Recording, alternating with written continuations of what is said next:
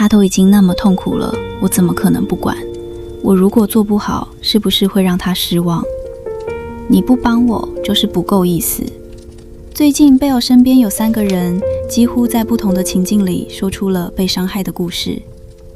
他们遇到的人不一样，一个是太容易把别人的抱怨扛成自己的责任，一个是温柔地当了别人的情绪垃圾桶，对方清空了垃圾，轻快地走掉，留下他被那些不属于他的负能量淹没。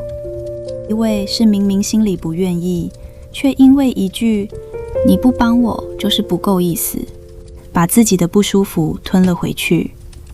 表面上看起来这些故事都不太一样，有的是情绪勒索，有的是被当成情绪垃圾桶，有的是太想满足别人的期待，累到自己撑不住。可是把这3个故事放在一起时，他们其实都指向同一件事：习惯先照顾别人的感受，照顾到最后，失去是自己的快乐和自由。如果你也正觉得有相同感受，今天加百列的书房想给你拒绝情勒的心灵良感练习。我们一起来看这3种困境，表面问题不同，但底下共同害怕的是什么？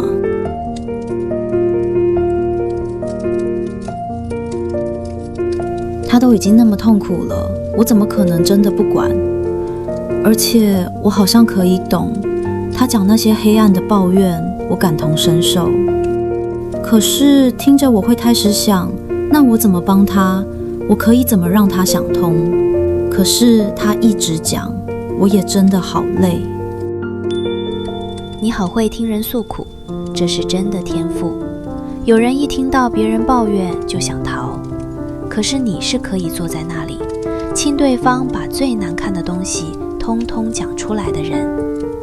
虽然你承受得了，可是你太有责任心，把他的黑暗一箱箱地搬回家瞧，给到最后，连你都落入了那口黑暗的井里。加百列想告诉你，你可以成为一面镜子。他说出他的埋怨，你可以问，你觉得是什么原因让你一直困在这个问题？如果他说他也不知道，你可以陪着他，先不急着解决，我们一起等看看你思考后的解答。倾听不只有找出口、找方法，还有引导他反问自己。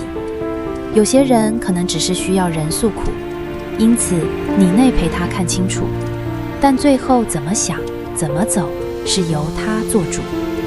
下次在心里做一个小小的收尾，我可以陪，但剩下的是你要去理解的人生。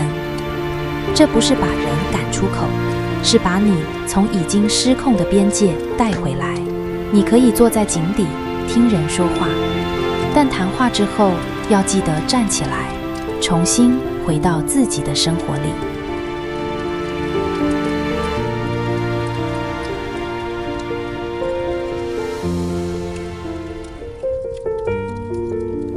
我如果不处理，事情会不会变糟？我如果做不好，会不会显得没有价值？同事心情一不好来找我讲，我试着倾听，可是同事说完心情好了，我却莫名变得很差。在工作上，我希望获得肯定，主管要求的我会全力完成，并且努力学习。我会想着，如果我够努力，主管应该会肯定我吧，公司总该能看见我了吧。所以我一直接，一直做，直到我心里真的感觉累了。还有家里的事物，有时不是我造成的，但我会一直烦心。如果真的出事，是不是会牵连到家人？我要不要提前预防？我要怎么办才好？好像每个人的期待、人生都会跑到我这里。你是一个敏感的灵魂，但这并不表示你不好，你需要改。你需要的是试着把你这个温柔的入口练习收放自如一点。同事情绪来了，你练习听到一个程度就给出中断。主管的期待来了，你想得到肯定，这很正常，但试着判断看看，是工作太多，或者资源不够，或是这个工作环境不再适合自己。你可以培养自己的专业，和时代一起进步。你的价值不用来自主管今天的心情，是来自你对自己能力的底气。家人的账还没真的来，我知道你担忧，但在那之前，你可以用最大范围的预备，例如存好一笔钱，或是充实必要的知识，但不要掉入了我要找到问题最好的解法这样的无限循环中。练习看看，把担忧分析成这真的是我的，以及这是我吸进来的。分清楚之后，不再自动接别人的情绪，而是练习把自我肯定从别人给慢慢收回来。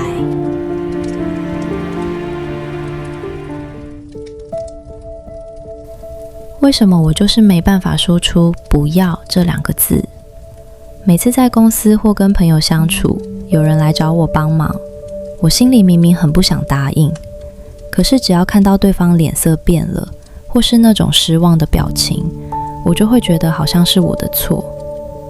特别是听到他们说不帮忙就是不够意思，或是你以前都会帮，一下子就好，那句我没办法，我就怎么都说不出口了。我真的很怕伤害别人，也很怕看到对方失落的样子。可是当我一个人的时候，我真的觉得好累，好委屈。我会问自己，为什么每次都这样？为什么总有人觉得我可以一直被要求？为什么我明明帮了别人的忙，心里却觉得这么受伤？你先不要开始责怪自己，先从不要责怪自己开始练习。你知道自己不舒服，这是很好的察觉。你很敏感，敏感到连对方失望的情绪都感觉得出来。所以不还没来到嘴边，你已经先被自己的感受拦下来。但你不帮我就是不够意思，这句话就是一种对自己的体贴。你可以试着把这句话用回到自己的身上。当今天的自我和对方都同时问你这句话的时候，你试着感受看看，你想帮的到底是谁？你担心伤害关系，可是一段真正长久的关系是不会因为一次的说不就轻易瓦解的。真正的关系是相互的理解或包容，同时也要让你充分的做自己，安慰自己的悲伤，不是永无止境的忍让。不要每次都忍到最后才用爆炸或消失来保护自己，那样你会非常辛苦。练习看看，你不帮我就是不够意思哦。放回自己身上，练习看看，跟对方说，我需要想一下，晚点再跟你说。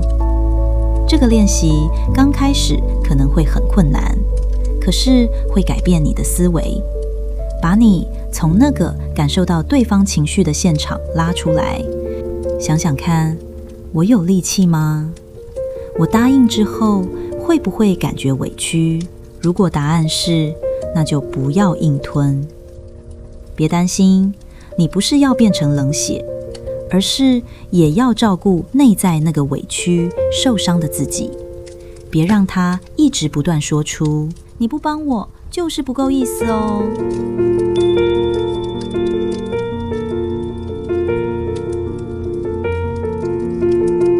今晚的书房夜读来信就先停在这里。如果你时常觉得没有自信，这支加百列讯息信任自己的3个方法是我为你准备的另一份指引，里面整理了3个加百列，提醒我们练习信任自己的方法，陪着你把鼓励自己的力量找回来。如果你觉得这个系列对你有帮助，也喜欢这样听故事、看懂人生课题的方式，欢迎订阅、您按赞或留下你的想法。你的共鸣会让这份光传递给更多需要的人，也是支持我继续点亮这盏灯的温暖动力。下周五的同一时间，加百列书房的灯火依然会为你亮着。如果你累了、倦了，欢迎随时推开门回来，一起来听听故事和天使想提醒我们的事。我们下周五见，愿你好眠。